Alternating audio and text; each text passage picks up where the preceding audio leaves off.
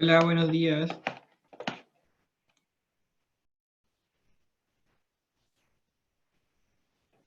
Buenos días, profe. Hola, profe.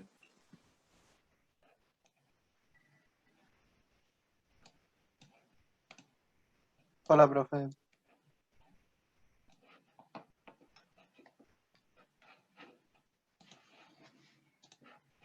Ya, vamos a empezar. Estoy esperando que lleguen algunos compañeros más, pero vamos a empezar.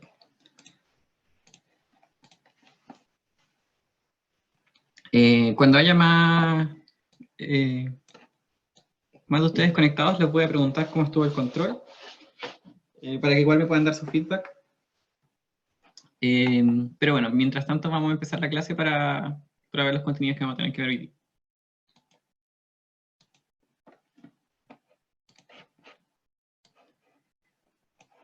Ya, hoy día en el curso vamos a ver dos temas principalmente, y después les preparé unos ejercicios para el final, para que veamos cómo podemos aterrizar todo esto.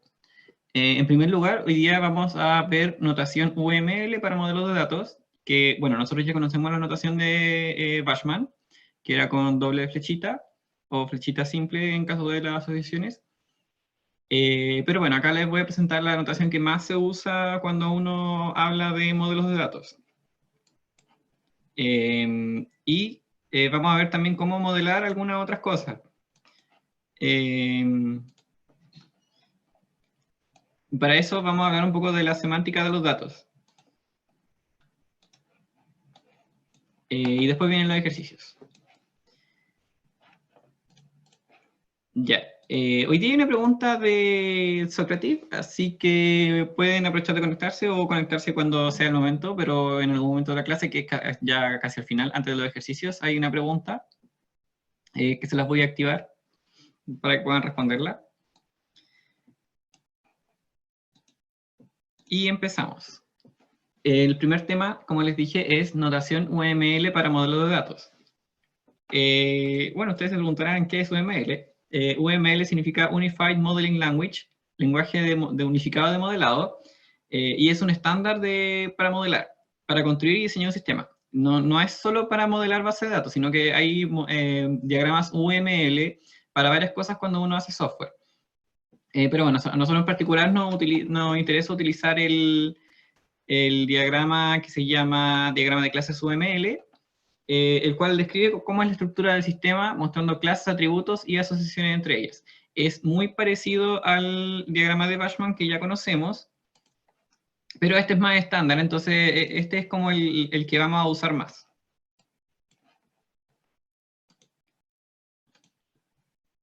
Entonces, ¿cómo es la notación de diagrama de clases UML? Así, es súper parecida a la de Bashman.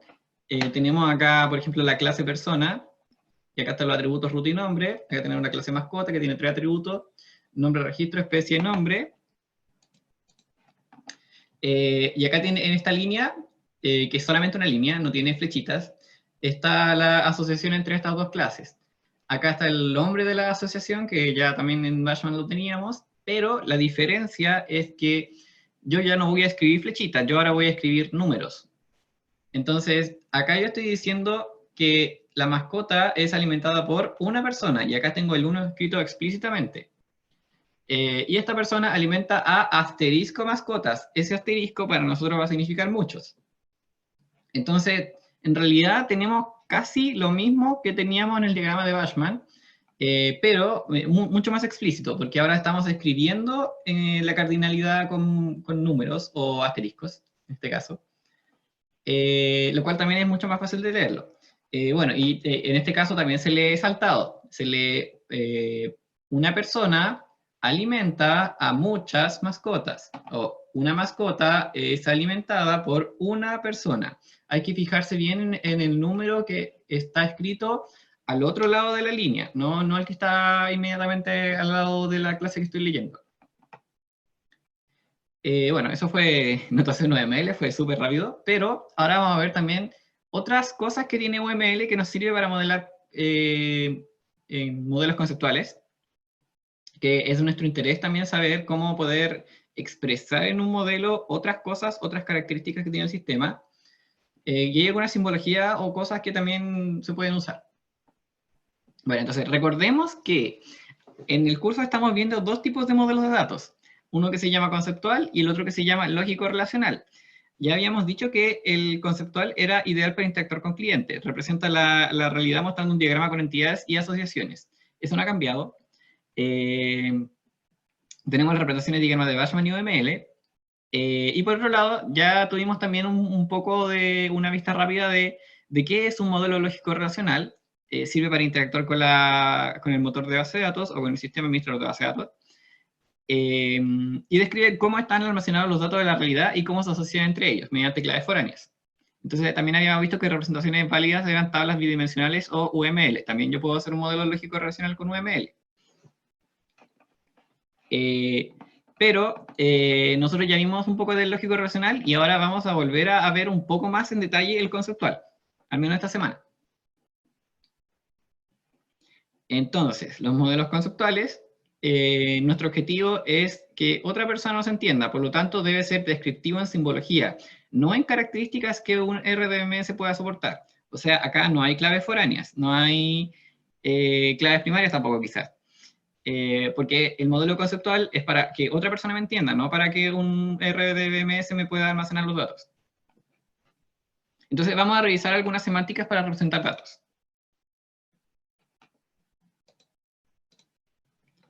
Ya, semántica de los datos. ¿A qué me refiero yo cuando digo semántica de los datos? Me refiero al significado que tienen los datos en sí mismos, entre sí. Es un poco autorreferente con los datos, pero bueno. Es como yo algunos conceptos los puedo representar para que sean entendibles. Se representan generalmente por una convención o norma, y ya hemos visto dos convenciones o normas, que es la de Charles Bashman. El diagrama se llama diagrama de Bashman porque una persona que tenía apellido Bashman lo diseñó, y ahora estamos viendo UML, que también fue propuesto por esas tres personas que aparecen ahí escritas. Otras notaciones que no vamos a ver en el curso, al menos este semestre, quizá en otro semestre la podamos incluir, es la notación de Peter Chen, que se llama entidad-relación extendida, pero no la sacamos por acomodarnos a la modalidad online. Pero en realidad la que más nos interesa ver es UML porque es la que se usa en todos lados, y las otras son como más para ir aprendiendo que hay distintas notaciones con las que yo puedo hacer modelo. Ya, entonces, ¿qué semánticas de datos vamos a revisar? Vamos a revisar las que están aquí escritas. Ya conocemos algunas: la cardinalidad, el grado, el tiempo, la unicidad, la herencia, la dependencia existencial y la agregación. Estas son cosas que tienen los modelos de datos conceptuales y que nosotros deberíamos saber reconocer y modelar.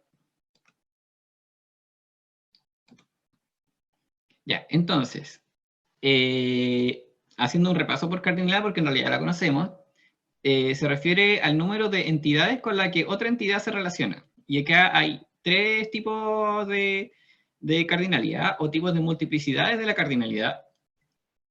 Tenemos las asociaciones 1 a 1, 1 a n, y n es un número muy grande, o sea, 1 muchos, y mn, que m y n son números muy grandes, pero son distintos entre sí, no necesariamente parecidos, por eso se usan dos letras distintas, que es muchos a muchos. Entonces, cuando teníamos una asociación 1 a 1, nosotros decíamos que una entidad X se relaciona con otra entidad distinta. Y en ese caso, nosotros en UML vamos a escribir el rectángulo con el nombre arriba.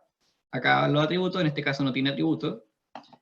Y acá tenemos la entidad cama, que tampoco tiene atributos, pero entre ellos tienen una asociación 1 a 1. Bueno, no sé si en realidad sea así, pero supongamos que siempre un paciente que está hospitalizado tiene una cama. En el caso 1M, que es 1 muchos, tenemos que una clase cualquiera se relaciona con muchas de otras entidades de la otra clase. Y en este caso, en UML, tenemos el ejemplo de que una persona tiene asterisco automóviles. ¿Y qué es asterisco? Es muchos. Después, en las en algunas diapositivas más vamos a explicar en detalle qué significa el asterisco. Pero por ahora vamos a entender que si yo escribo un asterisco va a ser muchos. Y también entendemos para otro lado que el automóvil tiene un solo dueño, no le pertenece a muchas personas. Por eso automóvil y al lado de acá hay una persona. En la asociación MN, que es muchos a muchos, tenemos, por ejemplo, aquí en UML, asignatura y estudiante. Entonces, las asignaturas son inscritas o tomadas por muchos estudiantes y los estudiantes tienen muchas asignaturas. Por eso hay un asterisco a los dos lados. Bueno, y ahora también yo les he hablado un poco, en Bashman también teníamos este concepto que era la obligatoriedad o opcionalidad, en donde si yo pongo un 0 o no pongo el 0, significan distintas cosas. En este caso con UML, si yo por ejemplo cambio el primer ejemplo que tenía, y le pongo que el paciente tiene 0 o una cama, acá yo estoy diciendo que puede no tener una cama. Entonces acá ya estoy dejando este campo opcional, o sea, esta asociación opcional. Entonces acá, si escribo 0 o 1, 0.1, estoy diciendo 0 o 1, y acá estoy diciendo que es opcional. Si yo escribo el 1, estoy diciendo que es obligatorio, y es siempre 1, no puede ser menos que 1 ni más que 1. Acá en el segundo ejemplo, si yo miro que yo tenía un asterisco acá en el lado de automóvil, estoy diciendo que una persona tiene asterisco automóviles, y ese asterisco incluye el 0. Acá en asterisco puede ser 0, 1, 2, muchos. Este también es opcional porque incluye el 0. Entonces acá estoy diciendo que una persona puede no tener un automóvil. Y acá en asignatura estudiante, acá yo le agregué el 1, dice 1, o sea, 1 asterisco, y en este caso yo estoy haciendo que la asociación sea obligatoria. No puede darse el caso en que una asignatura tenga 0 estudiantes, ni que un estudiante tenga 0 asignaturas. Entonces yo estoy obligando a que exista esta asociación como por defecto.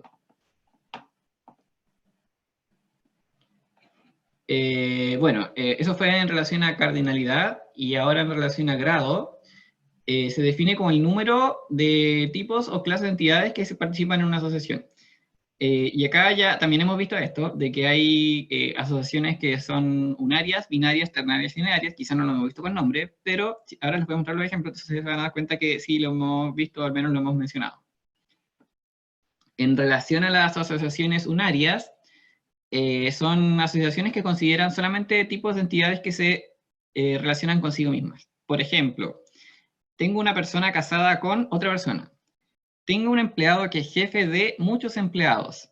Y tengo muchos productos que son componentes de muchos productos. Entonces acá tengo una asociación conmigo mismo, con la misma clase. Y es importante poner una palabra aquí arriba para entender qué significa. En relación a la siguiente tipo de grado, que son las asociaciones binarias, tenemos, por ejemplo, dos entidades, dos clases que se asocian entre sí. Y, por ejemplo, tenemos el paciente y la cama. Acá yo le agregué un 0 a 1 porque pueden haber camas desocupadas, quizá en este ejemplo, y pacientes que no tengan camas. Tengo empleados que tienen cargas, quizás cargas laborales que pueden tener asterisco. Eso significa que pueden tener ninguna carga laboral y pueden estar desocupados, o pueden tener mucha carga laboral. Y tengo estudiantes que tienen muchas asignaturas. Eso es binario, porque son dos. Tengo las ternarias también, que son 3 clases de entidad asociadas entre sí. Acá, por ejemplo, tengo materia prima, bodega y proveedor, que las 3 se asocian entre sí. La asociación de las 3 da origen a una explicación de algún problema. Bueno, y después tengo las n áreas, que en realidad yo puedo asociar infinitas clases si yo quiero. Claro que igual es súper complicado de entender.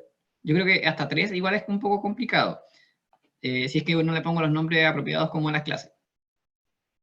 Bueno, pero desde 3 en adelante yo tengo que escribir un rombo y conectar las clases de identidad desde el rombo. No puedo escribir una línea que esté conectada en un punto al medio, según UML. Ya, otro concepto, este es nuevo, que nos permite UML, es que a veces nosotros tenemos una asociación entre dos clases de entidad y nos damos cuenta de que hay algún atributo que en realidad no le pertenece a un lado ni al otro, sino que le pertenece a la asociación en sí. Y en ese caso existe algo que se llama clase de asociación en UML, que nos permite definirle atributos a la línea que une dos clases. En este caso, si tengo un trabajador que ha trabajado en una o muchas empresas, y una empresa que tiene uno o muchos trabajadores, entre ambos ocurre un contrato. Y ese contrato tiene una fecha de inicio. Yo esa fecha de inicio no se la puedo poner a la empresa porque no, de qué trabajador es, no sé de qué trabajador es. Tampoco se la puedo poner al trabajador porque como ha trabajado en muchas empresas, tampoco podría saber a qué empresa corresponde. Entonces, lo más correcto es hacer acá una línea segmentada y escribir una clase que se llame contrato y escribir un atributo que es fecha de inicio. Y esa fecha de inicio me va a marcar cuándo empezó la relación laboral entre un trabajador y una empresa determinada. El siguiente concepto que tenemos que ver como semántica es el tiempo. Se refiere al contenido de la base de datos, cómo varía en el tiempo. Si me interesa manejar solamente datos actuales o si me interesa también tener datos históricos. Y tenemos tres posibilidades que maneja el tiempo, principalmente. Las estampillas de tiempo que permiten registrar un suceso históricamente varias veces. Hay varios registros de la base de datos que nos van a indicar cómo ha cambiado en el tiempo esa entidad. Están las restricciones de inserción y las restricciones de retención. Una se refiere a cuándo fue creado, que la entidad puede haber sido creada en distinto tiempo a cuando fue insertada en la base de datos. Y la restricción de retención, que se refiere a qué tanto tiempo tengo que mantener yo la entidad, si ya no me sirve, por ejemplo.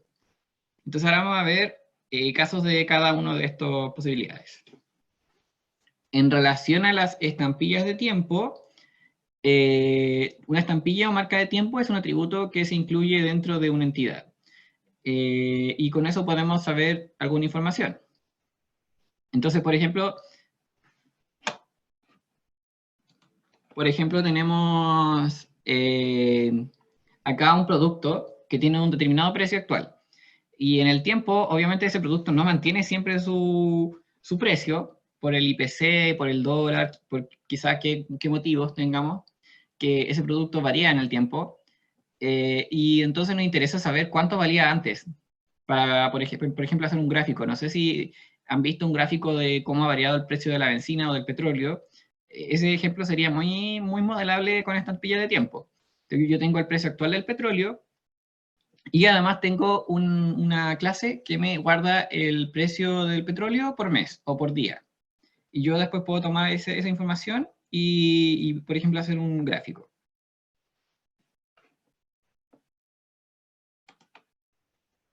En relación a la restricción de inserción, tenemos el ejemplo tenemos que considerar cuándo se puede o cuándo no se puede insertar un dato. En este ejemplo tenemos el dividendo, que es el valor que uno paga cuando pide un crédito hipotecario, por ejemplo. Entonces tiene un cierto valor, y ese valor tiene una fecha de vencimiento. Entonces, si yo pago antes de la fecha de vencimiento, puedo tener un pago. Si yo no pago ese dividendo antes de la fecha de vencimiento, yo no tengo un pago asociado. Y ese pago obviamente se me va a postergar para el próximo mes y me va a sumar. Entonces, acá la restricción de inserción se hace referencia a que hay una fecha como atributo que me posibilita o que me impide insertar datos en otra clase de entidad. En este caso tenemos la fecha de vencimiento que limita este 0,1 a la fecha de pago. ¿Y cómo se modela esto? Simplemente tenemos que tener ambos atributos para darle a entender a la persona que me esté leyendo que hay una fecha de pago y que hay una fecha de vencimiento. Y finalmente, la restricción de retención, tenemos que tener en cuenta cuál es el periodo de tiempo en el que me sirve un dato.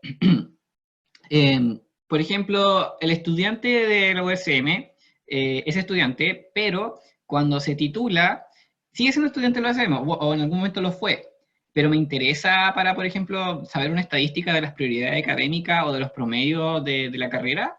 La verdad es que no. Entonces, me interesa tener guardado el dato histórico porque a lo mejor ese estudiante después va a venir a los sistemas de universidad a pedir certificados, a pedir cualquier cosa. Entonces, me interesa saber que él era estudiante o él o ella era estudiante. Eh, pero ya no me interesa para otras cosas operativas, no me interesa considerarlo en los promedios actuales de la universidad, de los alumnos regulares. Entonces, tengo una fecha que define cuándo fue titulado. Si esa fecha es menor que el día de hoy, no se va a considerar para estadísticas actuales, pero sí me va a servir para saber que alguna vez fue estudiante. Y en ese caso yo no voy a eliminar el dato de estudiante solamente porque se tituló, sino que lo voy a marcar de alguna forma con una fecha para omitirlo. Y eso se llama eliminación lógica. En el siguiente concepto de las semánticas, también lo hemos visto, se refiere a la presencia única exclusiva de un dato en la entidad o asociación. En particular, tenemos acá el ejemplo de los identificadores, que son como propuestas para clave foránea después en el futuro, porque el modelo conceptual ocurre antes del lógico relacional. Entonces acá tenemos que nosotros hemos reconocido que el root es un identificador. ¿Y por qué es un identificador? Porque cumple con la unicidad. ¿Qué es la unicidad? Es único. No se repite entre personas. Y me permite además identificar inequívocamente a una persona de otra. El siguiente concepto que tenemos también en cuanto a semántica es la herencia. La herencia quizá también es una de las semánticas más utilizadas de las que estoy mencionando acá. Porque me permite definir clases de entidad en base a otras clases de entidad. ¿Y cómo es esa definición? Por generalización. Yo digo que hay un supertipo o clase que es supertipo, que tiene características que varias subtipos tienen. Y quizá acá no queda muy claro, pero ahora en la siguiente diapositiva les puse un ejemplo. Tenemos al cliente de una empresa, y ese cliente tiene un root. ¿Ya? Esa clase que está acá arriba es un supertipo. ¿Cómo sé yo que es un supertipo? Porque hay una flechita blanca que sale de esa clase y se conecta a dos otras clases que son subtipos, que yo acá estoy diciendo que hay una persona que puede ser un cliente o que hay una empresa que puede ser un cliente. La persona tiene un atributo de edad y la empresa tiene un atributo de giro comercial. Y con esta anotación yo estoy diciendo que además la persona tiene un root porque la hereda de su padre, el padre es el supertipo que está arriba, y la empresa también tiene un root. Eso es algo que tienen en común las empresas y las personas, y yo como que lo puedo factorizar hacia afuera, en base a una clase cliente. Y acá yo podría asociar libremente cliente con cualquier otra entidad, o una de estas dos con cualquier otra entidad. No hay ningún problema con eso. Es solamente un tema de notación donde yo quiero dejar claro que las personas y las empresas son un tipo de cliente y por eso yo uso esta notación con la flechita blanca apuntando hacia el supertipo. Ya, el penúltimo concepto que hay que ver en semánticas es la dependencia existencial. Bueno, y aquí aparece una palabra que nosotros vimos en Access y que yo la marqué nomás como opción cuando estábamos en la clase pasada, yo les estaba enseñando a usar Access. Que es la palabra, o sea, el concepto de integridad referencial. La dependencia existencial se refiere a que una entidad no puede existir si no existe otra previamente. Acá está el ejemplo de las facturas que tiene un cliente en una empresa. Tengo el cliente que tiene root y razón social, y de él tengo muchas facturas, puedo tener 0 porque tiene un asterisco. Entonces la factura tiene un root, tiene un número y tiene una fecha. ¿Cómo sé yo acá si existe o no existe? La única forma que tengo como ML de saber eso, al menos por sí sola la dependencia existencial, es viendo que acá hay un root y acá también hay un root. Y acá yo puedo quizás hacer la asociación, es un poquito difícil verlo. En el último concepto hay una forma muy clara de conocer la dependencia existencial, pero por sí sola es un poco complicada verla. Pero acá yo estoy diciendo que la factura necesariamente necesita un cliente. Y si borro borro el cliente, las facturas ya no tienen sentido que exista, porque ¿de quién son las facturas? ¿A quién se las emití? No lo sé. Ya, y la última semántica que vamos a ver es agregación y composición. Son dos conceptos, pero que están asociados entre sí. En donde existe, aquí me acuerdo que me preguntaron cuando estábamos viendo diagramas si existe alguna forma de mostrar que una cosa se compone de otras cosas. Y la verdad es que sí, eso se llama agregación y composición. Acá vamos a ver cómo se hace esa anotación. Solamente es posible con UML. Entonces, es una forma de saber que existe una colección de entidades donde todo está compuesto de partes. Donde existe un todo y unas partes.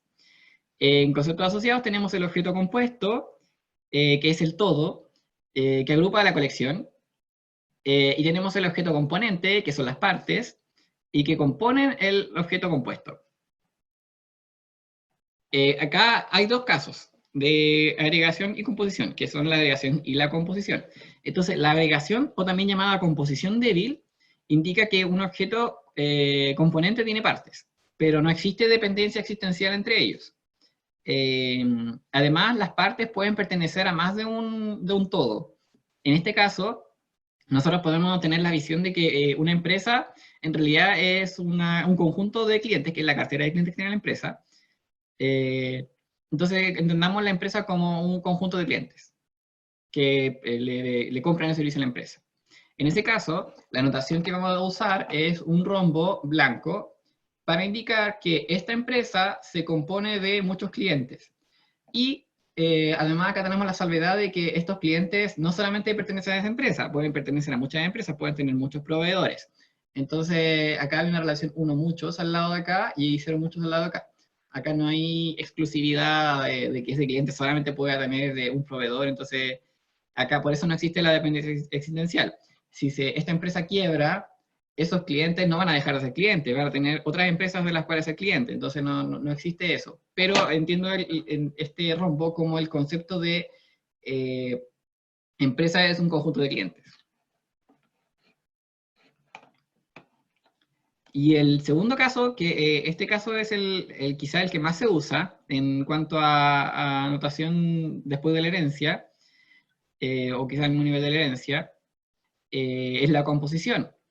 Acá yo estoy diciendo explícitamente que una clase se compone de muchas otras clases. Y en este caso sí existe dependencia existencial. Tomando el mismo caso de la empresa. Yo puedo decir que la empresa es el conjunto de empleados que la componen. ¿Qué pasa si la empresa quiebra? Esos empleados ya no son empleados porque no tiene sentido que sean llamados empleados porque la empresa ya no existe. Hay muchos otros casos, por ejemplo, para dependencia existencial. Por ejemplo, el cuerpo humano, que tenemos que una persona se compone por brazos, piernas,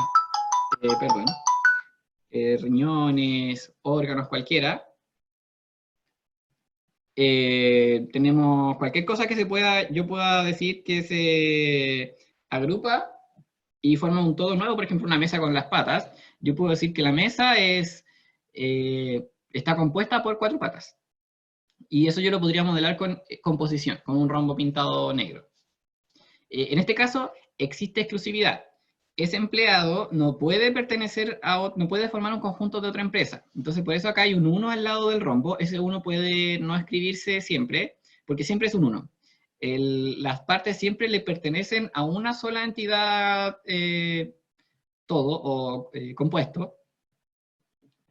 Y no es posible que se cambien a otra entidad.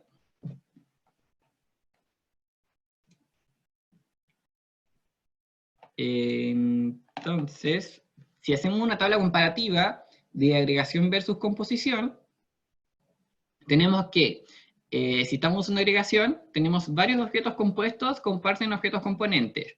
Eso es porque no hay exclusividad. En cambio, en la composición tenemos que un objeto componente le pertenece únicamente a un objeto compuesto.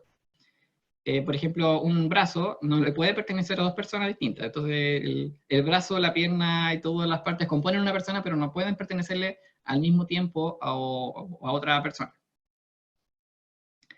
Agregación. Si se destruye el objeto compuesto, que es el todo, los objetos componentes pueden seguir existiendo porque tienen asociaciones por otros lados, no tienen ningún problema, no hay dependencia existencial.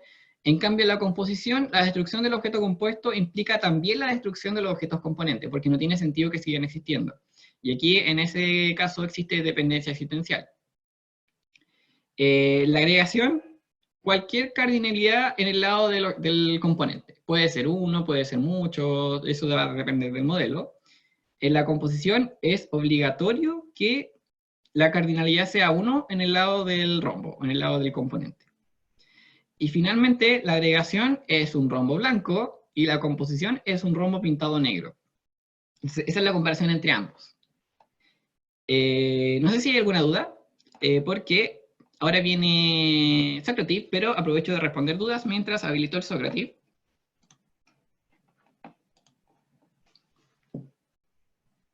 Sí, Gabriela.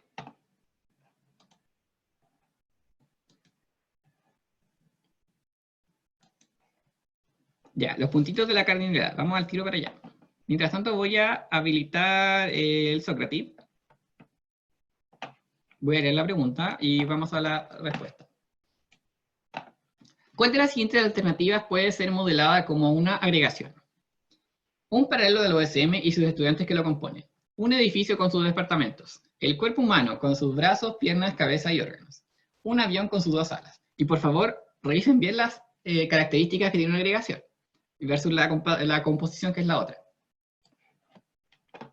Ya, vamos a cardinalidad. Cardinalidad, aquí. Ya, lo que significan esos puntitos es rango. Es decir que van desde un número hasta otro número. Yo acá podría haber escrito cualquiera de los números. Acá yo estoy diciendo que va desde 0 a 1. Acá yo estoy diciendo que va desde 1 hasta asterisco, que significa muchos. Yo acá podría haber escrito que va desde 2 a 4. Entonces escribo un 2, punto, punto, 4. Y eso solamente para indicar explícitamente cuántas entidades se relacionan entre sí. No sé si con esa explicación quedó más claro, Gabriel. Ya. ¿Hay alguna otra pregunta? Sin ningún problema, cualquier cosa pregunten más.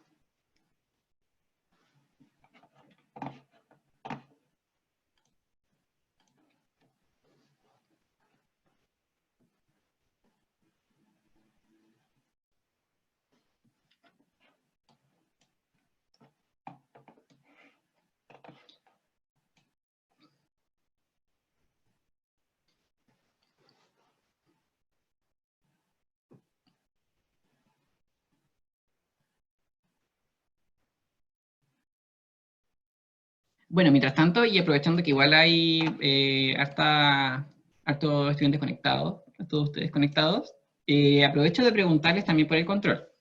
¿Qué les pareció el control del viernes? ¿Estuvo muy difícil? ¿Era lo que esperaban? Era muy largo, profe. ¿Sí? ¿Muy largo? Sí. Ya, sí, porque estamos anotando cosas como para tenerlos en cuenta para los próximos controles. Obviamente, como es el primero, igual quizá vamos a tener alguna consideración especial como para la evaluación.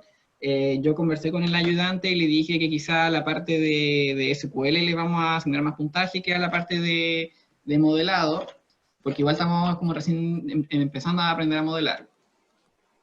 Sí, también me dijo el ayudante que estuvieron harto tiempo, y la verdad es que lo conversamos con la coordinación y puede darse el caso de que hayan controles más largos. Puede darse el caso de que quizá en algún control tengamos que pedírselos quizá para la otra semana, darles como un plazo de tiempo de una semana o de 3 días, no sé. Estamos también ahí un poco jugando con eso porque igual hay algunas actividades que son un poco más largas y tenemos que también adaptarlas como para la modalidad online. Porque igual sería mucho más sencillo tener un control en la sala de clase y decir, responde a las preguntas y listo, pero estamos tratando de que los controles sean prácticos para que se repase con software el contenido del curso. Quizá por eso también se pueden alargar un poco. Profe, Pero bueno, quizá, ahí estamos también ajustándolos. profe, quizá el tema de la ayuda del ayudante, porque el tema de andar pidiendo ayuda, si alguien pincha, después que uno levantar la mano, él va a ver como la última mano levantada. Ah, ya. Sí, también algo así me mencionó el ayudante que como los separó en grupos, había quizá un problema en Zoom también para pedir ayuda, como que no, quizás Zoom no era no es la mejor alternativa para hacer este tipo de pedir ayuda, porque queda como bloqueado. Sí, también vamos a ver en alguna solución para eso. Bueno, nuestro próximo control igual no es esta semana, porque esta semana el viernes es feriado, es la semana siguiente. Y para esa semana igual yo creo que vamos a tener alguna cosa preparada como para solucionar los problemas que tuvimos el viernes. Así que no se preocupen, lo estamos conversando con el ayudante. Además de eso, el ejercicio, ¿consideran que preguntamos alguna cosa que no hayamos visto en clase?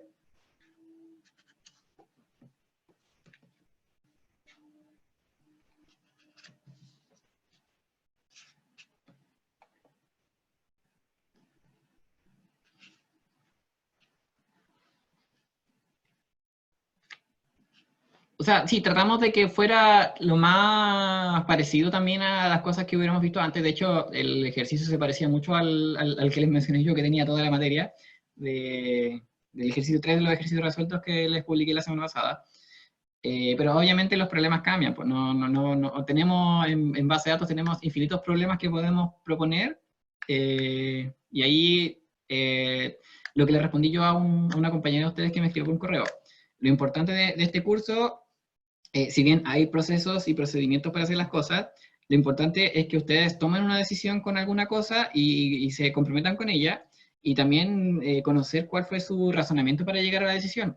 Entonces, en general, para responder las evaluaciones de este curso, uno siempre tiene como supuesto, porque el enunciado igual a veces es súper pago, y en realidad así es el mundo real, como cuando te dan un problema, te lo describen como la persona se le ocurrió nomás describírtelo, y tú tienes que entrar a suponer ciertas cosas.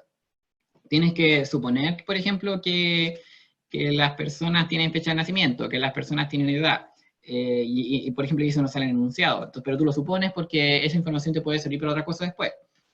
Entonces, cada vez que ustedes hagan una evaluación de esta asignatura, es muy buena práctica que ustedes escriban supuestos y escriban yo considero que tiene fecha de nacimiento porque bla.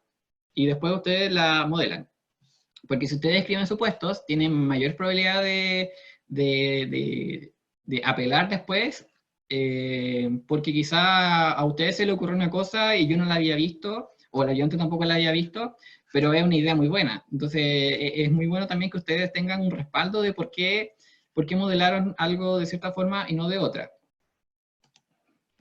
Entonces, para todas las evaluaciones yo les recomiendo mucho, o sea, obviamente no es obligatorio, ustedes pueden si quieren colocar resultados nomás, pero les recomiendo mucho que escriban un pequeño texto, unas 2 líneas, no más que eso, diciendo, bueno, y esto lo modelé así porque sí, porque yo creo que tiene dependencia existencial, no sé. Y así a todos nos queda claro de por qué las cosas están modeladas o están resueltas de cierta forma y no de otra. Profe, Igual, ¿sí? respecto a Zoom, creo que al menos en el día del control tuvimos la suerte de Ujú. que la reunión, como que el No se ayudante cortó, ¿cierto? sí, se ganó que se le extendió la reunión por tiempo ilimitado. Ujú. Pero en ese caso, por ejemplo, si no hubiera sido así, se nos hubiera cortado la mitad del control del Zoom. Entonces, creo que de verdad hay que buscar otra plataforma porque no va solo por el tipo de la ayuda que podemos recibir, sino que también por el tiempo en que podemos permanecer. Ujú. ¿Qué plataforma utilizan ustedes como regularmente como para hablar con compañeros? Yo utilizo Discord. ¿Alguien más conoce Discord acá?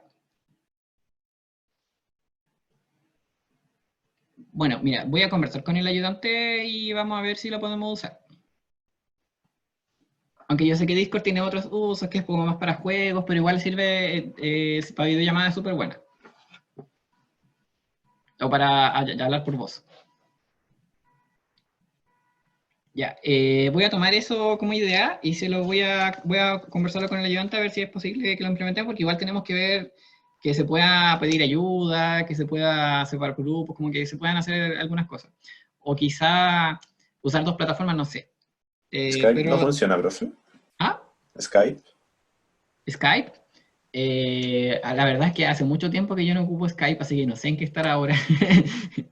Como que cuando salió, que salió Facebook Messenger, quizá fue como cuando ya dejé de usar Skype. Pero bueno, vamos a buscar a ver si podemos hacer alguna alternativa a Zoom,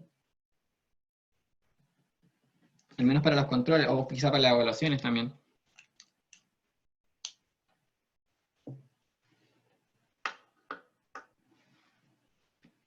Y bueno, todo es responder a la pregunta. Google Hangouts, el problema que tiene es que tiene límite de personas. No puedes meter, por ejemplo, todo el curso. Tiene como límite de no sé cuántas personas, pero sí que son como 20 o 30, no sé. Bueno, y en nuestro caso igual somos un paralelo pequeño, pero hay otros cursos que son de 50. Por eso no usamos Hangouts como primera opción para hacer las clases, por ejemplo. Ya, vamos a revisar la respuesta. Eh, la respuesta era A. ¿Y por qué era A? Porque las agregaciones tienen como característica que no existe dependencia existencial. Es decir, si un paralelo de la USM desaparece, esos estudiantes no dejan de ser estudiantes, sino que son obligados a inscribirse en otro paralelo. No así con los otros ejemplos, en donde si yo tengo un edificio de departamentos y borro el edificio, los departamentos quedan en el aire y eso no puede existir. El cuerpo humano con sus brazos, piernas, cabeza y órganos, tampoco pueden, los brazos, las piernas, cabeza y órganos no pueden existir por sí solos porque no forman parte del cuerpo. Y el avión con sus dos alas, porque si yo saco el avión, las alas quedan flotando y ya no tienen sentido. Son unos pedazos de metal que ya no cumplen su función. Entonces la alternativa correcta era la A. Bueno, no se preocupen, hay más preguntas por venir. Estamos juntando puntitos para el certamen 1. Ya, ¿y nosotros dónde estábamos? Aquí. Bueno, estábamos respondiendo las preguntas, si hay más preguntas igual pueden hacerlas. Y ahora nos vamos a ir a una pequeña pausa de 5 minutos. ¿Qué hora es? Escucha, justo me tocó la hora. A las 9. Ya, a las 9:05 volvemos y les tengo ejercicios que les voy a ir mostrando cómo modelar ciertas semánticas como con ejercicios, ejemplos que son un poco más, o frases, que podrían ser perfectamente problemas de controles o certámenes.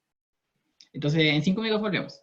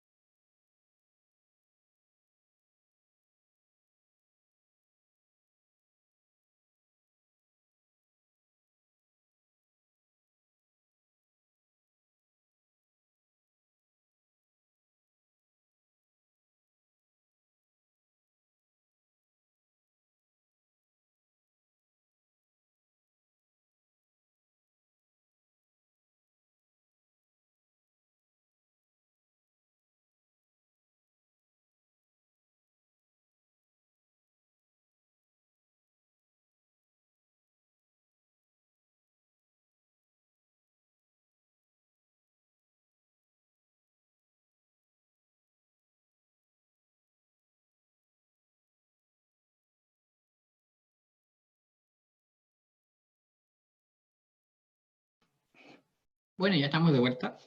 Y ahora viene la parte de los ejercicios. ¿Alguien tiene alguna otra pregunta antes de partir con los ejercicios?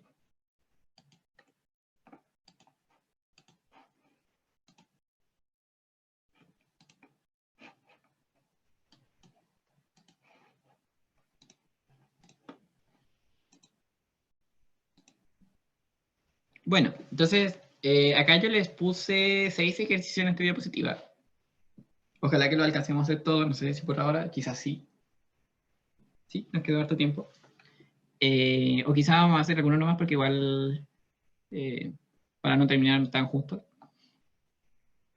Entonces, primero les voy a dar todos los ejercicios como para que vean todo lo que se podría hacer, el tipo de pregunta que hay también. Bueno, y en fin. Ejercicios. Realice modelos de datos conceptuales utilizando diagramas de clases UML para las siguientes situaciones. Número 1. Los elefantes se balancean sobre las telas de las arañas. Cuando ven que todavía resisten, van a buscar a otro elefante. 2. Los automóviles se componen de ruedas, el motor, el chasis y las ventanas. 3. La comunidad universitaria está formada por estudiantes, profesores y funcionarios, quienes, pese a la pandemia, realizan sus actividades de manera online diariamente. Los estudiantes son reconocidos por su rol USM, mientras que los profesores y funcionarios desempeñan algún cargo. 4. Una sala de computación es un lugar que contiene muchos computadores. Cada uno de ellos tiene varios programas instalados que permiten desarrollar diferentes tipos de trabajo universitarios, como informes, diagramas y cálculos matemáticos complejos. 5. Las mascotas son una muy buena terapia para las personas que han tenido problemas de salud. En particular, los perros son muy perceptivos y pueden detectar el estado anímico de sus dueños. Y el ejercicio 6. Escriba con sus palabras la mayor cantidad de información que pueda desprender del siguiente modelo de datos conceptual. Como los modelos de datos conceptuales sirven para comunicarse entre personas, es altamente probable que en el certamen, por ejemplo, pudiera aparecer un modelo y yo les pida, oigan, por favor, descríbanme qué es lo que ustedes pueden extraer acá, cuál es el problema que estamos modelando, como hacer el ejercicio al revés. En vez de pedirle a ustedes que modelen, pedirles que me describan cuál es el problema que fue modelado. Bueno, y esto es también un ejercicio de ese tipo. Ya, entonces, vamos a partir con las primeras 5 preguntas. Y para hacer modelos les voy a mostrar una página que utilizo yo por lo menos. No se las mostré antes porque no tiene soporte de doble flechita, entonces igual habría sido complicado. De hecho, el diagrama de Bashman es súper complicado encontrar alguna plataforma, alguna herramienta case que me ayude a modelarlo. Pero bueno, para hacer otro tipo de diagramas como UML, que es más estándar, yo uso esto. Se llama draw.io.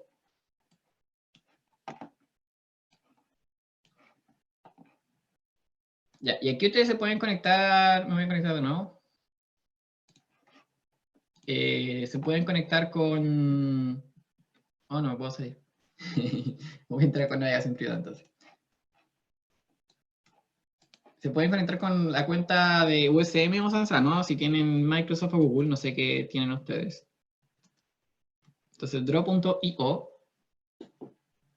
Ya, y acá me pregunta si me quiero conectar con Google Drive, con OneDrive o con Device, que es con el computador nomás. Entonces yo, por ejemplo, tengo la cuenta USM y acá me va a pedir la cuenta USM.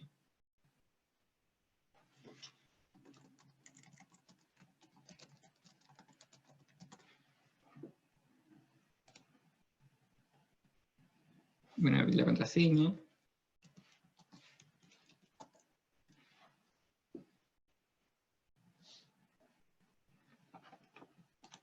Aceptar. También puede ser con Google, si tienen cuenta de Google, de la universidad, no sé cuál tienen ustedes. Ya, y puedo aquí crear un nuevo diagrama. Entonces yo voy a crear un diagrama de clases, o bueno, si yo aprieto acá, me va a hacer un diagrama de clases como de ejemplo. Entonces yo le voy a colocar diagrama en blanco nomás. Use root folder, yes. Me está preguntando dónde va a guardar el diagrama que yo haga. Acá lo va a guardar en el directorio principal de mi OneDrive de Microsoft. Ya, y acá tengo un espacio para dibujar diagramas. Acá tengo las formas. UML está aquí, por ejemplo. Acá puedo configurar cómo quiero que se vea la página. Por ejemplo, acá puedo poner una grilla. Puedo hacer que esto sea una página, un cuadrado nomás, o que sea infinito. Yo le puedo sacar la grilla, le puedo sacar todo. Hacer el tipo de papel por si le quiero imprimir y varias otras opciones. Ya, entonces, acá lo que tengo que hacer es tomar las formas que están acá y arrastrarlas al espacio de trabajo. Entonces, por acá tengo un class name, que es un nombre de clase. Y acá tengo los atributos. Yo puedo copiar, pegar con control C, control V. Tengo otra clase. Y acá me aparecen unas flechitas como a los lados si yo pongo el mouse. Entonces yo puedo conectar esta flechita con esta otra clase. Ya, pero en UML no existe esa notación con flechita, al menos no la estamos usando, o no nada que hayamos visto la usa. Entonces, yo aprieto la línea, y acá en Style, yo puedo colocar cómo quiero que sea la línea. Por ejemplo, acá está el rombo. Es súper pequeño ese rombo, yo lo puedo agrandar si quiero. Ah, no lo quería agrandar ahí. Acá. Ahí, por ejemplo, podría escribir un rombo.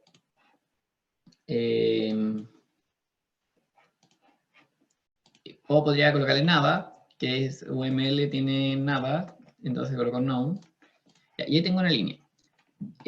Para ingresar texto, hago doble clic en cualquier lado y ingreso texto. Entonces, por ejemplo, podría colocar un 1 aquí, podría colocar un muchos, un asterisco acá.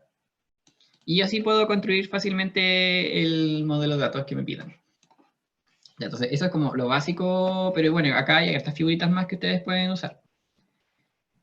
Y bueno, y en realidad les sirve para hacer varios tipos de diagramas después. No sé si en alguna asignatura después te haga que hacer diagramas. Yo les recomiendo mucho esta página que se llama draw.io. Yo la usé mucho en la universidad también. Ya, entonces, el primer ejercicio es...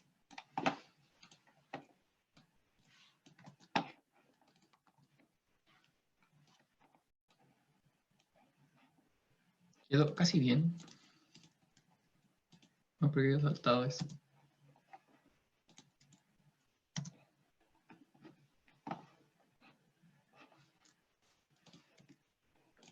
Ya, el primer ejercicio dice eso. Los elefantes se balancean sobre las telas de araña y cuando ven que todavía resisten van a buscar otro elefante. Entonces, voy a crear una clase que se llama elefante. ¿Qué puede tener un elefante? Tamaño, no sé.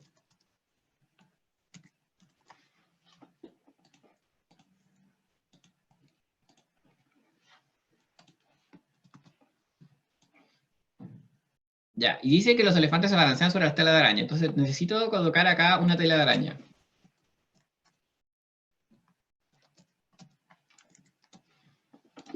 Y la tela de araña va a tener resistencia.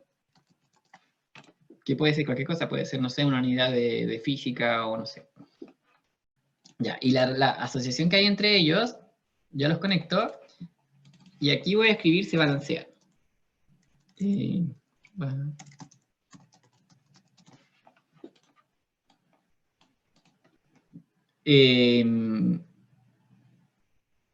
¿Cuántos elefantes se balancean sobre la tela de araña? Dice, los elefantes se balancean sobre las telas de arañas. Entonces dice yo digo que hay muchos elefantes que se balancean sobre muchas telas de arañas. ¿Pueden balancearse sobre ninguna tela de araña? No, porque ahí no podrías balancearte. Entonces, acá es 1, asterisco. Y lo que estoy diciendo yo con eso, lo que estoy diciendo yo con eso es que no puede darse el caso en donde haya elefantes que se balanceen en 0 telas de arañas.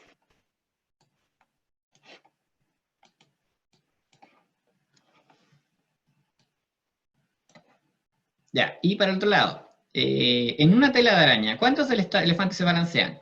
En principio va a haber uno, y bueno, después van a ir a llamar a otro, y otro, y otro, así sucesivamente, hasta que se rompa la tela de araña.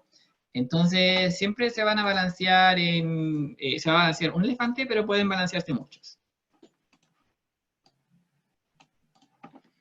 Ya, ¿qué opinan de mi propuesta de modelo? Es como lo que se me ocurre viendo el enunciado. La verdad es que este ejercicio yo lo he hecho antes, pero cada vez que uno hace como un ejercicio lo modela distinto porque se le ocurren nuevas ideas, tiene otra percepción de la realidad y cosas.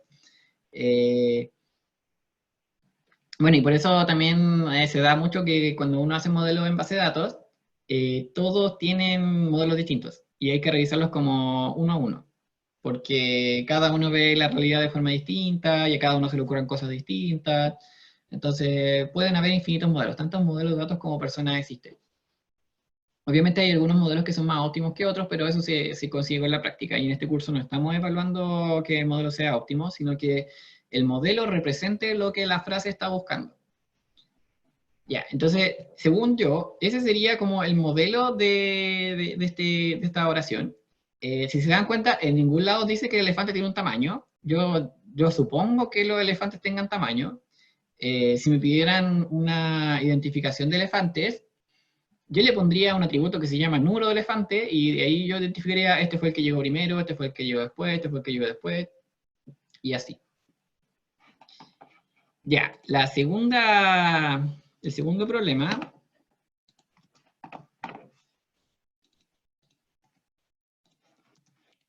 los automóviles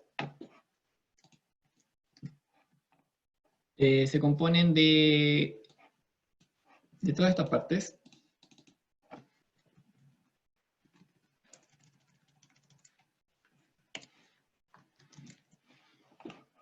Ya, los automóviles se componen de las ruedas, el motor, el chasis y las ventanas.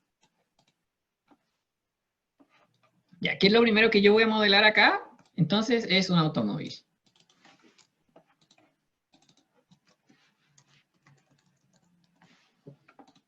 Ya, y a mí se me ocurre que el automóvil tiene año... Sí, fue lanzamiento. Año lanzamiento. Entonces, estoy diciendo que los automóviles se componen de varias cosas. ¿Qué habíamos dicho nosotros que era eso de que oh, esto se compone de otra cosa? Agregación o composición. Y aquí tenemos que tomar una decisión. Si el automóvil desaparece, las ruedas, el motor, el chasis y las ventanas, ¿tiene sentido que sigan existiendo? La verdad es que no, porque ya, el motor quizá tiene sentido que exista, pero es un motor de auto, no es un motor de uso genérico, entonces como que no, tampoco podría reutilizarlo. Entonces yo lo voy a modelar como composición.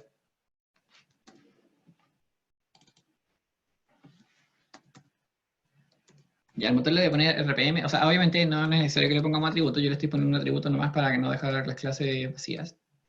Aunque en realidad si no les pedimos que pongan atributos, pueden ustedes elegir no poner atributos. Por ejemplo, rueda. No le voy a poner atributo a rueda. ¿Qué más? El chasis.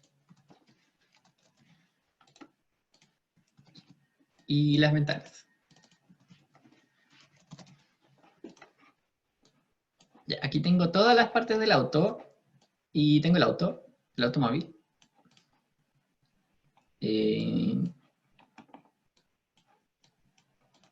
Ya, y ahora tengo que conectarlos. Entonces, si yo presiono el motor, acá al ladito me aparece una flecha, o acá, o acá, o acá, y yo voy a conectarlo con automóvil. Ya, acá arriba yo puedo elegir qué tipo de flecha quiero que tenga. Acá quiero que tenga una flecha, o sea, perdón, una línea recta o que se curve. Entonces yo voy a colocar una línea recta nomás para que se unan todas las clases de la manera más corta posible. Ventanas. Ya, y ahí tengo todas las clases unidas, pero yo quiero que esto sea representado por composición, entonces yo les voy a poner aquí un rombo. Lo voy a agrandar un poquito. A ver si-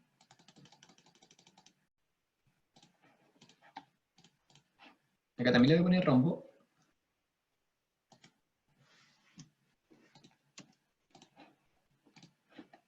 Aquí también.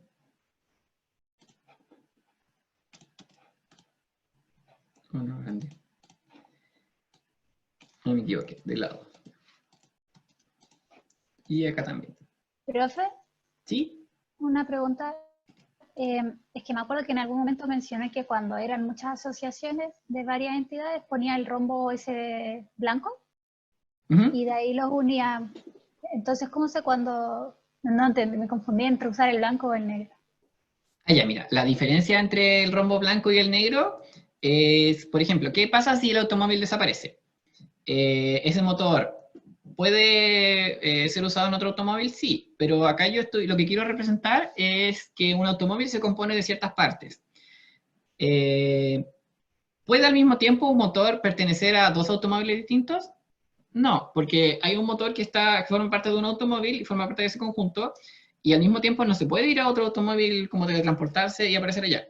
Si el motor pudiera hacer eso, si el motor pudiera existir al mismo tiempo en dos automóviles, ahí yo tendría que hacer un rombo blanco, porque ahí yo estoy diciendo, ya, el automóvil se compone por el motor, pero el motor no es exclusivo de este auto, el motor también puede estar en otro auto presente.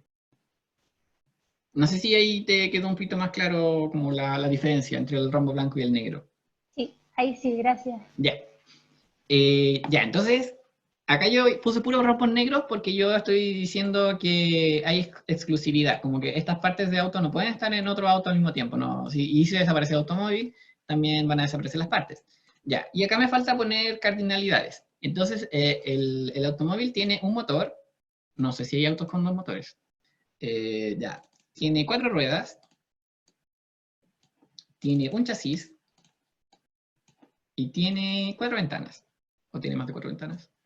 Bueno, puede tener menos, puede tener 2 a 4 ventanas. Profe, Para los que creo tengan 2 puertas nuevas. Ya. Y así quedaría modelado este enunciado. Ay, perdón, este baja. Ya, ahí sí, algo raro tenía. Ya. No sé si tienen alguna duda de cómo hay que ir como modelando las cosas. Ya, entonces ya llevamos 2. Después igual les voy a subir esto, les voy a subir este archivo o en un PDF, no sé. Ya, el siguiente ejercicio es un poquito más largo.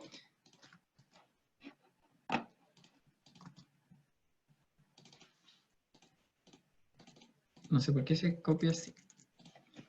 La comunidad.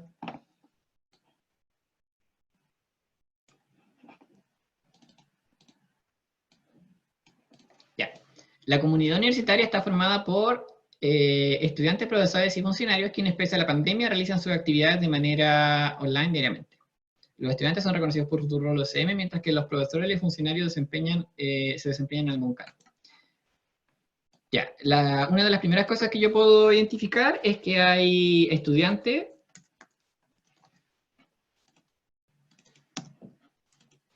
Ya, vamos a borrar ahí. Estudiante, profesor y funcionario.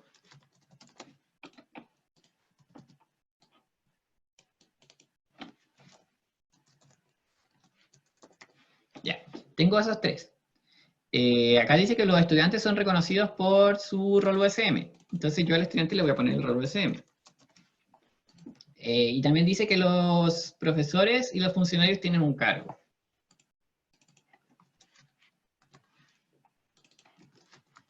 Al profesor también yo le podría poner quizá al departamento para el que trabaja.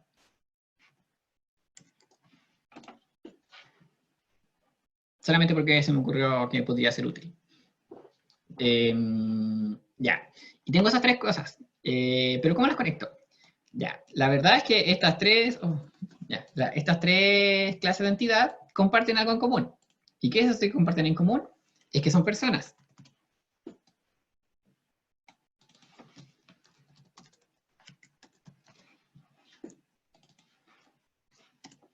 Ya.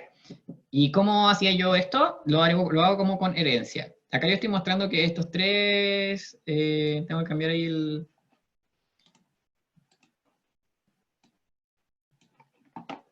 Ya, tengo que ponerle flechita blanca. Flechita blanca. Estos 3 clases son personas.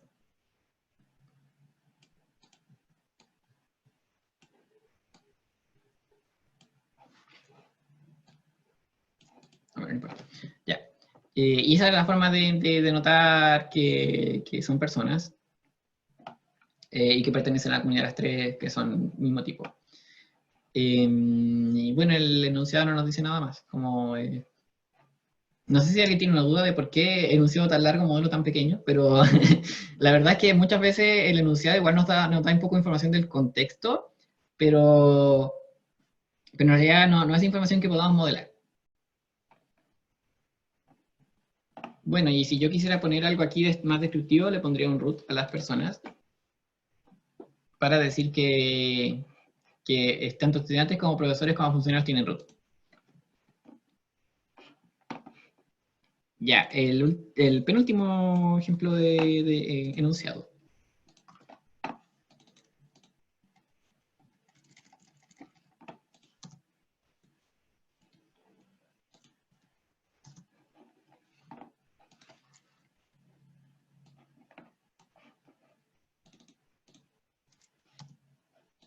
Oh, ¿por qué quedó así? No sé por qué quedó así, pero bueno.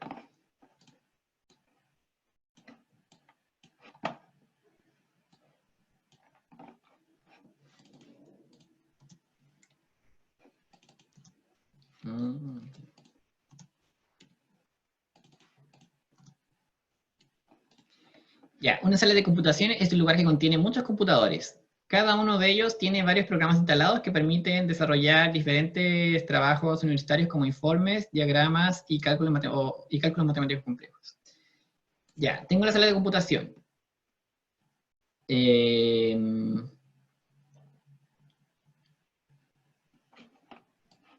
la voy a modelar.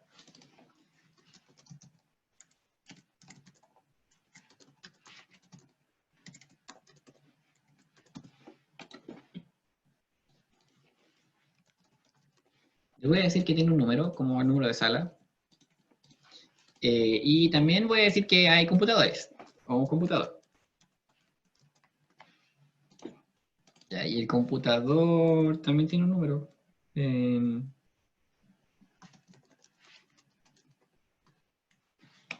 Ya, y estas dos cosas yo las voy a conectar no con flechita blanca, sino con rombo blanco. ¿Y por qué con rombo blanco? Porque acá yo estoy diciendo que una sala de computación se forma por muchos computadores, es un conjunto de computadores. Sin embargo, si la sala de computación desaparece, el computador sigue siendo útil, lo puedo mover a otra sala de computación, lo puedo mover a una sala, lo puedo mover a otro lado. Acá no existe el concepto de dependencia existencial, porque el computador no necesita que la sala de computación exista para poder ser computador. Entonces la sala de computación tiene muchos, o sea, puede tener uno o muchos computadores, no puede tener cero porque si no, no es sala de computación. Y el computador, ¿en cuántas salas de computación puede estar? En realidad puede estar en todas las que quiera, o sea, no al mismo tiempo, pero yo le pondría uno más, porque al mismo tiempo no puede estar en más de una sala de computación, pero bueno. El rombo no es negro porque no ocurre esto de la dependencia existencial. Ya, y también acá dice que el computador tiene muchos programas instalados. Programas instalados del computador. Programa. Ya, el programa tiene un nombre.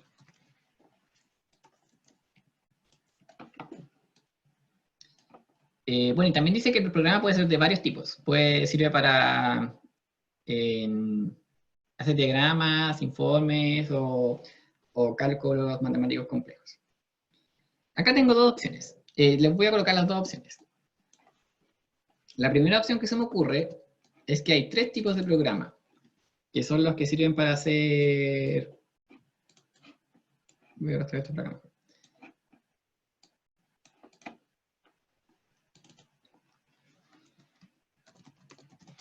Un programa que sirve para hacer informes. No le tengo que poner el nombre porque ya tiene nombre un programa que sirve para hacer diagramas.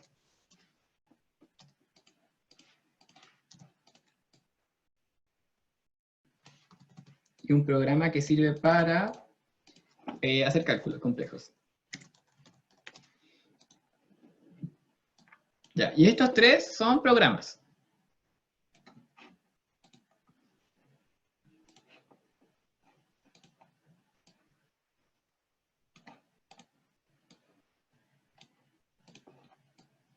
Puedo poner las flechitas así separadas también, no hay ningún problema. Ya, y tengo que decir que el programa está en el computador. ¿Cómo lo digo?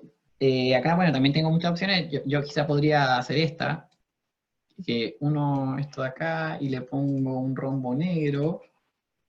¿Y por qué un rombo negro? Porque en realidad yo estoy diciendo acá que un computador es un conjunto de programas. Pero ¿qué pasa si desaparece el computador? El programa queda sin medio para existir, como no puede existir un programa si no existe un computador. Si no existiera ningún computador, los programas no existirían, no tendrían sentido.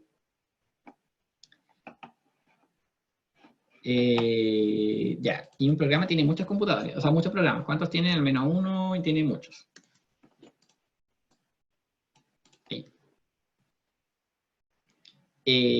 Una segunda alternativa que podría ser válida también.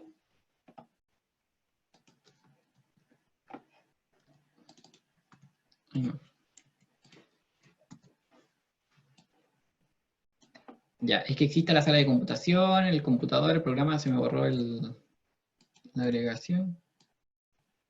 Obviamente esta segunda opción tiene menos notación que la primera, no es tan descriptiva. Yo podría haber hecho esto, y no está malo, pero es menos descriptivo.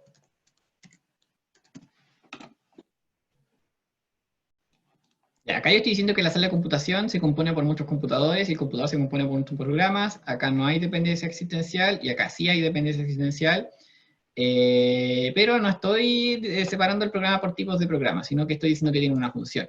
Y ese atributo función me va a suplir el que yo haya hecho 3 clases de entidad distintas. Entonces, ya, si se fijan, los modelos conceptuales, nosotros lo que buscamos más es esto, aunque esto tampoco está malo, pero si se fijan, hay 2 formas de modelar el mismo problema, solo que esta es mucho más descriptiva que esta. Acá yo necesariamente tengo que leer que existe un atributo función para darme cuenta que hay 3 tipos de programas, y acá yo veo explícitamente que hay 3 tipos de programas, porque los veo como existiendo.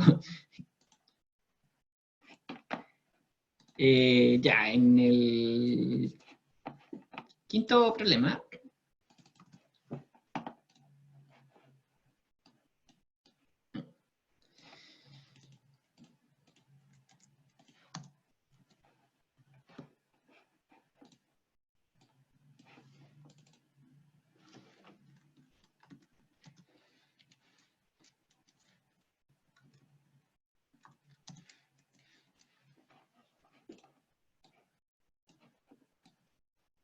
ya, las mascotas son una muy buena terapia para personas que han tenido problemas de salud.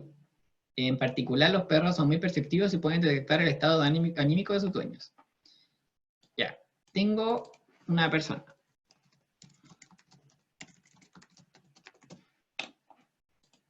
Ya que la persona puede tener un nombre, no sé.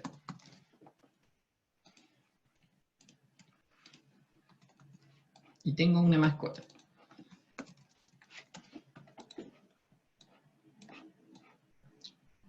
Y tengo problemas de salud. Las personas pueden tener problemas de salud.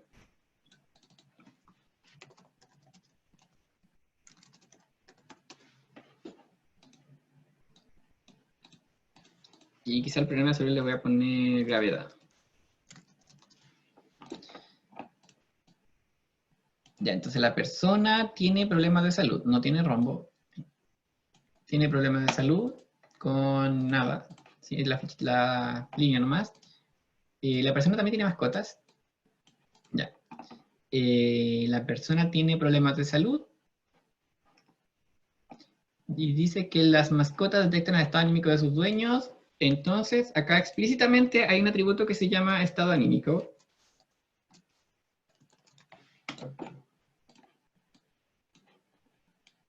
Ya, entonces, voy a hacer algo como para facilitar la lectura, la voy a colocar al revés. Ya. ¿Por qué? Cuando hacemos modelo, igual nosotros buscamos, o sea, obviamente no es obligatorio, pero nosotros buscamos que la lectura, por lo menos acá en Occidente, no en Oriente, en Occidente, la lectura sea de izquierda a derecha, de arriba a abajo. Entonces por eso yo di vuelta a los modelos, porque acá voy a escribir que las mascotas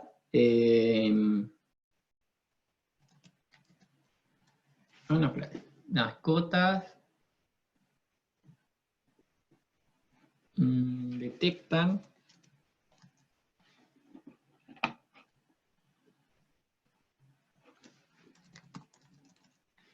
las mascotas detectan problemas. La persona tiene problemas de salud. Una mascota detecta... No, eso quedó feo.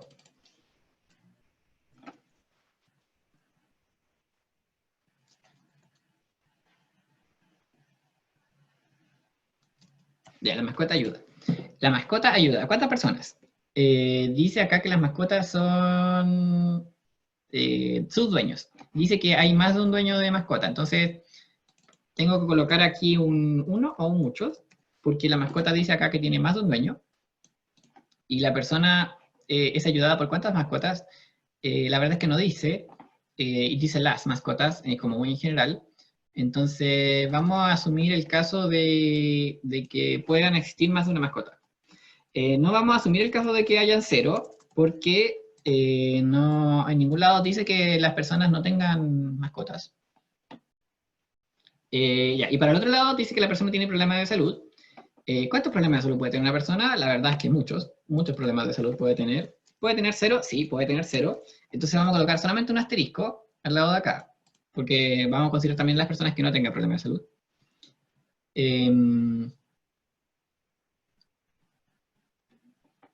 Y el problema de salud puede ser padecido por muchas personas también. Y digamos que si no existe el problema de salud, no puede ser padecido, entonces no tiene... espérate. En ese caso, no existe el problema de salud si no es padecido por al menos una persona, entonces no lo podemos colocar solamente el asterisco, le tenemos que colocar el uno muchos.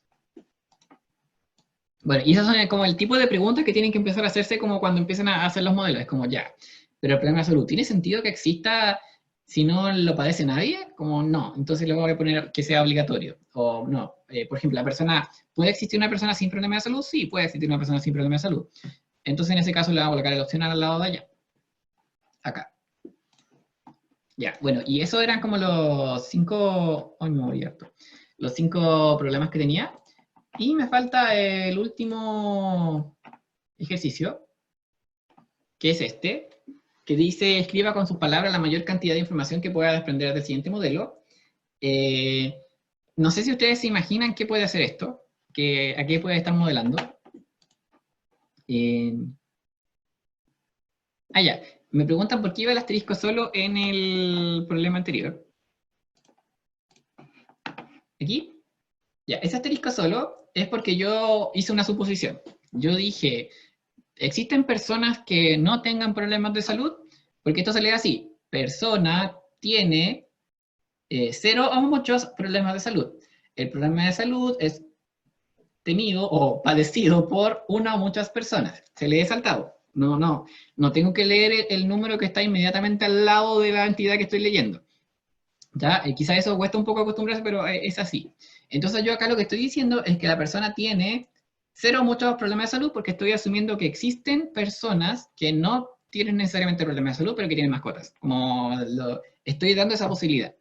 Si yo acá pusiera un 1 muchos, estoy diciendo que obligatoriamente todas las personas que tienen mascotas tienen problemas de salud. Y eso no sería muy real. No se ajusta mucho con la realidad. Pero obviamente eso es un supuesto que yo hice. No es algo que me haya dicho el enunciado. Y ese es el tipo de cosas que yo le mencionaba más temprano, que en un certamen o en un control, ustedes dense la libertad de escribir unas 2 líneas de, yo supongo que pasa esto. No lo dice el enunciado, pero yo lo supongo. Obviamente no vamos a suponer cosas imposibles, no vamos a suponer que las vacas vuelan y ese tipo de cosas, porque ese tipo de supuestos tampoco se ajustan mucho a la realidad que vivimos. La idea es que igual sea más o menos real. Mira, las últimas cosas que les voy a enseñar sobre esta página que yo uso, es que ustedes pueden exportar sus diagramas, quizá para ponerlos en algún informe, para entregarlo en un control, alguna cosa. Ya, ustedes lo seleccionan, o sea, pueden exportar la página completa, pero obviamente si hicieron varios diagramas en la misma página no van a querer eso. Entonces lo que hago yo es seleccionar el que yo quiero exportar. Coloco File, y acá dice Export As. Y dice PNG, JPG, SVG, PDF, HTML, hay una cantidad increíble de formatos que todavía lo pueden exportar. Y yo lo voy a exportar aquí, por ejemplo, en PNG. Ya, y me aparece esta ventanita, y me pregunta, ¿qué quiero exportar? Yo aquí le voy a colocar Selection Only, porque quiero que solamente lo que yo seleccioné es lo que me vaya a exportar. Le voy a poner el fondo transparente, por si lo quiero poner en algún lado que tenga fondo. Bueno, acá el zoom, con 100% está bien, pero la verdad es que queda un poco chico. Bueno, le voy a mostrar cómo queda. Le aprieto Export, y yo acá puedo colocar Open in New Windows, que dice abrir una ventana nueva. Se me abrió una pestaña nueva al lado con el diagrama. Acá pueden ver el diagrama exportado, es una imagen, entonces yo acá lo puedo guardar, o copiar, o cualquier cosa. Ya, pero yo encuentro que queda un poco chico ahí, y pierde calidad quizá, entonces yo lo exporto un poco más grande. Acá le pongo 150, exportar, Open in New Windows, ya, y acá queda un poco más grande, entonces acá lo puedo copiar con un poco más de calidad a algún lado donde yo lo quiera poner.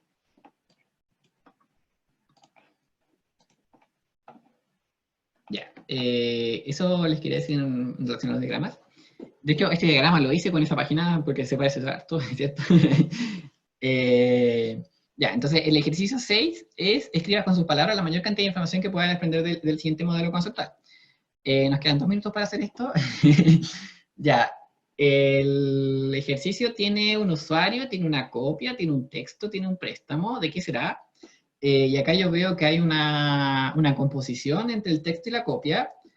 Y bueno, la verdad es que este modelo yo lo saqué de un problema que había que modelar una biblioteca.